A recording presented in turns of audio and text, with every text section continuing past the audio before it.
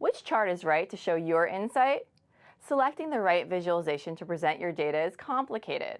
The number of chart choices can distract you from the goal of communicating the key insight. The type of chart you ultimately select is limited by the data that you have. Data comes in many forms. Forms include categorical, univariate, multivariate, geospatial, time series, network, text, and many more. Certain charts display comparisons, distributions, proportions, relationships, locations, trends, connections, or sentiment better than others. You probably already have a strong intuition about charts and graphs, but let's test ourselves. Take a look at these charts.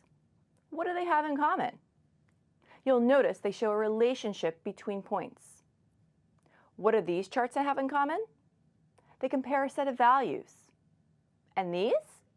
You'll notice that the line graph and the stacked area graph track rises and falls over time. How about the pie chart and the tree map? What do these charts have in common with each other? Well, these are different ways that we can represent seeing parts of the whole. Take a look at these two maps. What do they have in common? Well, they show a comparison of regions by location. As you observe, there are many ways you can visualize your data. The challenging task is communicating a powerful message through a chart that your audience can easily interpret. So you really should think about the actual display of your data through a visualization as just a single step in a process that begins with thinking about who's going to be interpreting your visual, meaning who's your audience. Next, you need to determine what it is that you want to communicate. We'll call this the task, such as the changing and buying habits of teenagers over the past 25 years. Then, take a look at your data. Study it. What kind of data do you have? These questions will drive the data graphic that you select.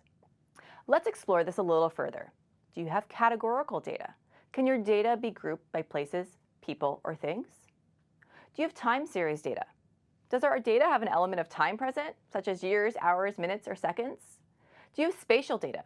Can you show locations of physical places and the connections between them? Does your data contain multiple variables? Do you want to see where any one variable is clustered and note outliers? Do you want to see the median, mean, minimum value, maximum value, and range? The point is to explore your data. What do you want to know about it?